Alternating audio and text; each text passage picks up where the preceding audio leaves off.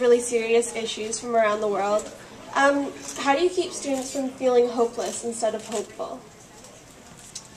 It's a great question, and it's always finding a balance when we're making this schedule of events, because Michel, for example, who just shared his message a few moments ago, the former child soldier, brought something of great challenge. And then you have Mia, who spoke about the challenges in both Darfur and Dadaab. But then you also have people of hope, the Mikhail Gorbachevs, the individuals who show that change is possible.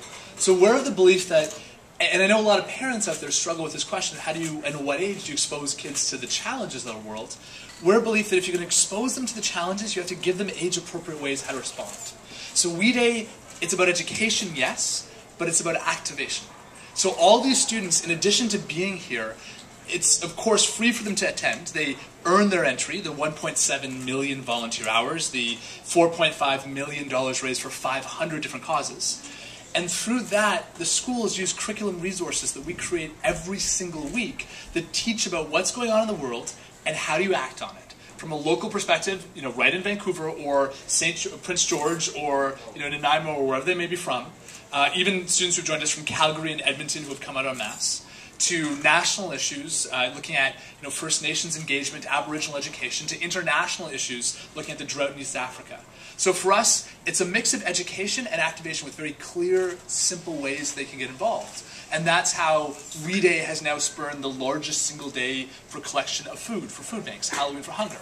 It's now how it's spurred students adopting villages around the world, the 650 schools built, the clean water and medical for 1 million people in countries, the 30,000 small businesses set up by women. And that's all because of young people taking action. So exposing them to the challenges, but giving them age-appropriate ways how to respond. Thanks. Another question? I have a question. I noticed that there's a huge difference between the genders here. So many more females than males. Yes. Do you have any ideas of how that could change from your point of view in terms of what say the children, Free the Children? It's an interesting question, and in Free the Children programming, we see that not only at We Day, we see that in our chapter membership, 70% young women. We see that in the international volunteers, about 2,000 of these young people volunteer with us overseas every year, and it's about 70%, 80% young girls.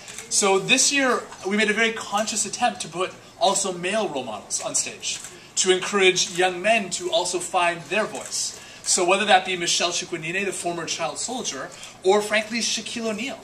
It's interesting because a lot of people, when you listen to the We Day speakers, President Gorbachev, obviously brought down the Berlin Wall. Mia Farrow, one of the most iconic activists right now for Darfur. Individuals, Michel Chikwenine, former child soldier, Spencer West, climbing Mount Kilimanjaro. Some people ask, why Shaquille O'Neal? But here's someone who, in addition to being the NBA All-Star that he is, and rap artist, and TV personality, and movie personality, is pursuing his doctoral education right now. He finished his MBA, and he's now soon to be Dr. Shaq. He's finishing up his PhD. So he'll be talking to youth about staying in school, about finishing their education, about being a positive role model. And so we wanted, to be candid, a lot of young men in that audience, to see someone like Shaq, who they admire on the court, to also share a message about what they admire. Headley. Those guys, as you know, being media-based in BC, they have a reputation for being a bit of party animals. They're quite the rockers. But for them to go to India with us a few months ago and to be able to share the story, to be able to absolutely bring the rock and roll spirit, but to talk about how meeting the kids there changed their own lives, we hope that'll appeal to also young men in the audience. For us, it's about the young people who are here, the 350,000 who are watching online, and the 5.4 million who watch the broadcast, plus all the messaging that you're sharing across your networks, print, etc. So we're very consciously trying to show that change in the world is both possible and cool for all genders. And we have time for one more question. Any more questions? If not, take the extra time, go and see